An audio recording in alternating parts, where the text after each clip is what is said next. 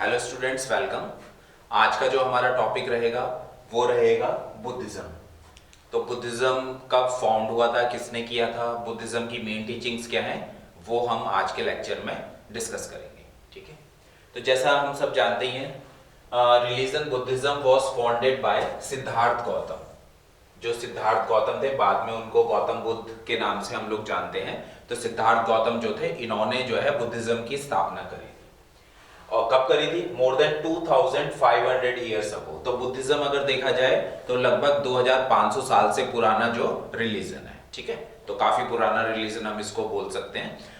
हमने क्या कहते हैं, अगर हम देखें तो पहले प्री वैदिक रिलीजन था, फिर वैदिक रिलीजन था, फिर बुद्धिज्म आया। ठीक है, तो वैदिक रिलीजन और बुद्धिज्म, अगर हम एंशिएंट इंडिया की बात कर रहे हैं तो सनातन धर्म, और उसके बाद बुद्धिज्म। ठीक है, जो सिद्धार्थ गौतम थे, इनका जन्म जो है लुम्बिनी में हुआ था। अब ये जो लुम्बिनी प्लेस है, ये आज की डेट में कहां पे? प्रेजेंट नेपाल में है ना। इनका जो बर्थ था वो 566 बीसी में हुआ था, और इनकी जो डेथ हुई थी 486 बीसी में हुई थी। तो कहीं बीच में यहाँ पे है ना, 566 और 486 के बीच में इन्होंने बुद्धिज्म की स्थापना करी थी। क्लियर?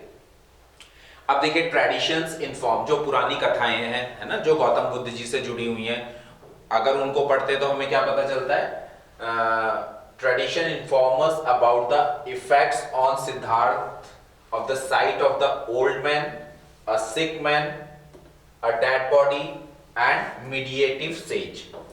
जैसे कि हम लोग पढ़ते हैं गौतम बुद्ध जी के बारे में, तो जो सिद्धार्थ गौतम थे, इनके फादर जो है वो किंग थे, और इन्होंने जो है सिद्धार्थ गौतम जी के लिए पूरे राजमहल में जितनी भी फिजिकल फैसिलिटी की रिक्वायरमेंट होती है, जो लाइफ को चलाने के लिए और लाइफ को जो है मतलब बहुत ज्यादा लाविश लाइफ जीने के लिए जो भी चीजें चाहिए, ऐशो आराम की जिंदगी है ना, तो वो सारे अरेंजमेंट महलों में किए हुए थे। और जो क्या कहते हैं, महलों के अंदर जो इनके क्या कहते हैं, नौकर चाकर बोल लीजिए या सैनिक बोल लीजिए, आसपास जो इनके थे, तो उनको ये बोला हुआ था कि इनको किसी भी ऐसा दृश्य या ऐसी साइट देखने को ना मिले जिनसे इनको दुख हो। क्लियर? तो ट्रेडिशंस ये बताते हैं कि जब ये लगभग 28-29 साल के हुए, तब इन्होंने ह्यूमन बीइंग की 4 स्टेजेस देखी। क्या क्या? इन्होंने एक बूढ़ा व्यक्ति देखा, इन्होंने एक बीमार व्यक्ति देखा, एक डेड बॉडी देखी, और एक साधु जो है जो तपस्या में लीन है वो देखा। तो इन्होंने अपने आसपास जो लोग थे उन्होंने पूछा ये क्या क्या स्टेजेस है, क्योंकि इनको इस बारे में कोई नॉलेज ही नहीं थी इससे पहले।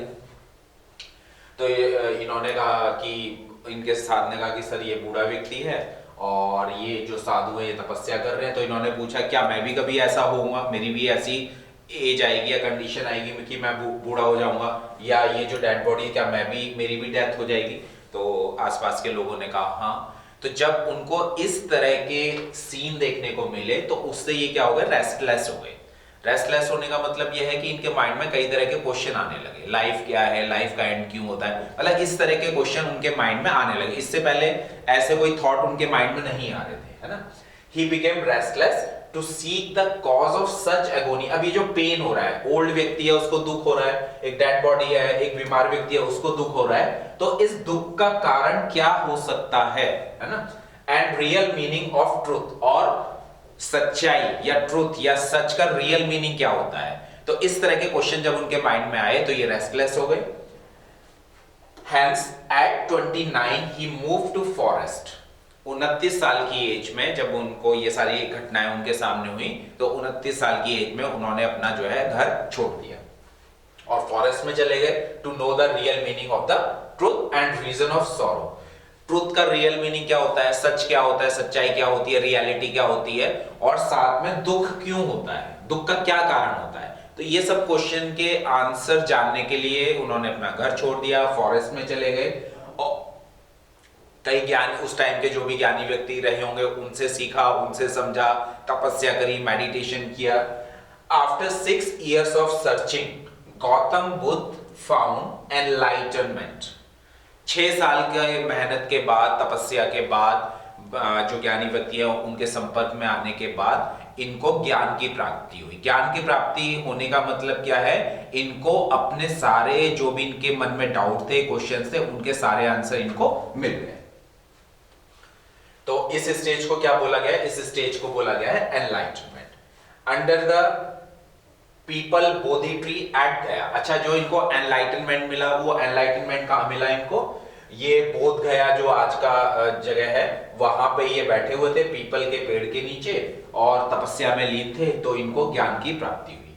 After his enlightenment he is called the Buddha. Enlightenment के बाद ही जो सिद्धार्थ गौतम थे उनको बुद्ध कहा जाने लगा, गौतम बुद्धा कहा जाने लगा। ठीक है। He decided to share his knowledge with the people based on simple code of conducts and in the languages of people, that is Pali. उसके बाद इन्होंने क्या किया कि जब इनको ज्ञान की प्राप्ति हो गई तो इन्होंने ये डिसाइड किया कि अब ये घर वापस लौट के नहीं जाएंगे, जो इनको ज्ञान की प्राप्ति हुई है वो लोगों के साथ शेयर करेंगे और लोगों को जो भी दुख दर्द है ना, उनकी लाइफ में जो दुख होते हैं तो उनको बेसिकली टीच करने का काम, प्रीच करने का काम करेंगे और अपनी नॉलेज को शेयर करेंगे। ठीक है। तो इन्होंने जो है आगे बुद्धिज्म की स्थापना करी और बुद्धिज्म में इन्होंने सिंपल कोड ऑफ कंडक्ट बताया लोगों को कि सिंपल कोड ऑफ कंडक्ट को फॉलो करते हुए भी आप किसी रिलीजन को मान सकते हैं, चला सकते हैं, है ना। And in the language of people, that is Pali. अब यहाँ पे एक इनके साथ एडवांटेज क्या थी, इन्होंने ये देखा कि लोग जो भाषा बोल रहे हैं वो पाली भाषा बोल रहे हैं, तो इन्होंने क्या किया, लोगों को जो प्रीच करने का काम किया या जो बुद्धिज्म या अपनी टीचिंग्स या अपना ज्ञान शेयर करने का काम किया, वो पाली लैंग्वेज में ही लोगों को बताने का काम किया।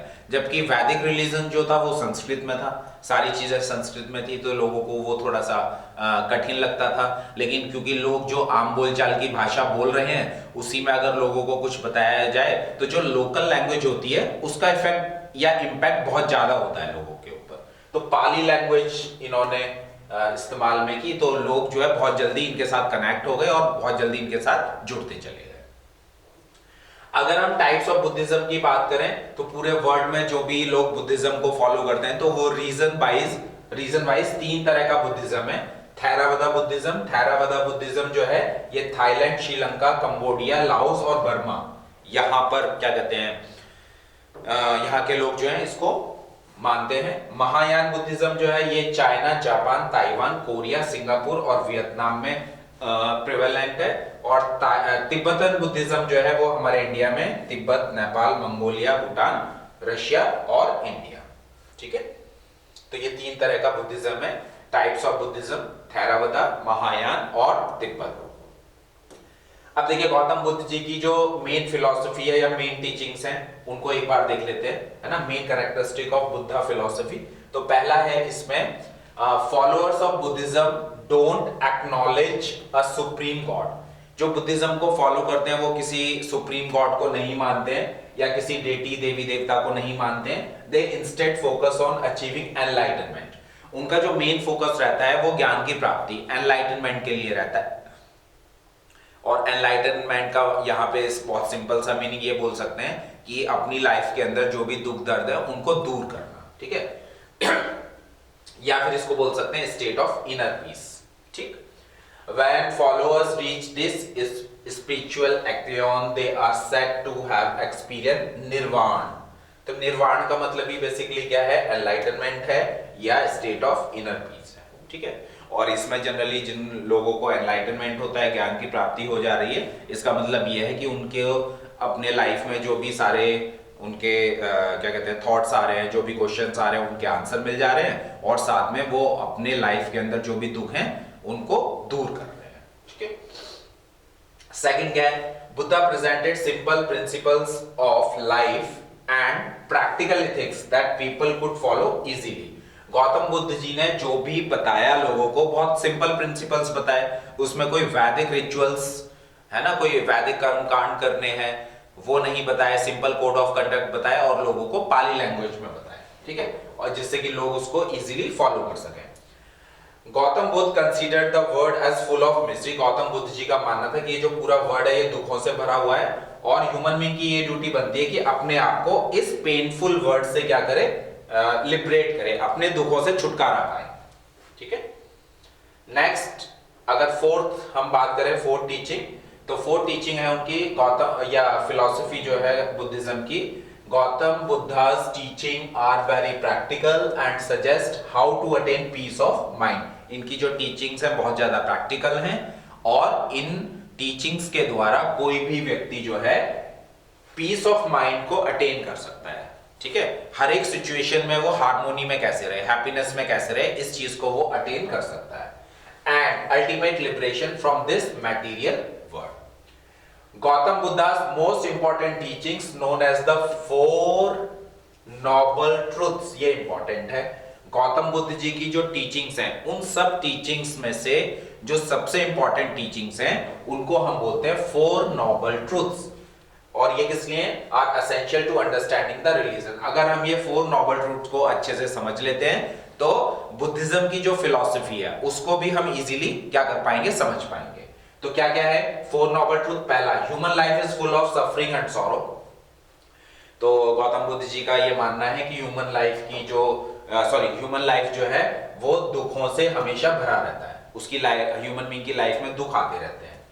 फिर इन्होंने इसका रीजन बताया, suffering and sorrow are caused by people's greedy desire for power, pleasure and possession. Possessions के लिए, प्लेजर के लिए, पावर के लिए हमारे अंदर कई तरह की इच्छाएं आती रहती हैं। ये जो अनकंट्रोल्ड डिजायर्स है, अनंत इच्छाएं हैं, यही बेसिकली क्या है, दुख का कारण है। ठीक है, अब कैसे इसको हम कंट्रोल कर सकते हैं? Suffering and sorrow will and. हमारा जो दुख है, हमारे लाइफ के अंदर जो दुख है वो खत्म हो सकता है। कैसे हो सकता है? When people overcome their greed. Greed का यहां पे मतलब है ये जो हमारी अनकंट्रोल्ड डिजायर्स हैं, ग्रीडी डिजायर्स हैं, इनको अगर हम कंट्रोल कर लें तो हमारे दुख दर्द जो है वो खत्म हो सकते हैं। और इसी को बोला गया निर्वाण और इसी को बोला गया एनलाइटनमेंट। ठीक है,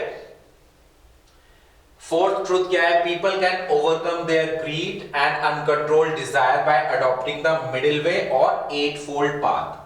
अब ह्यूमन बीइंग जो है अपनी इस ग्रीड को, अपनी अनकंट्रोल्ड डिजायर को, जो हमारे माइंड में अनंत इच्छाएं आती हैं, इनको हम कैसे कंट्रोल कर सकते हैं?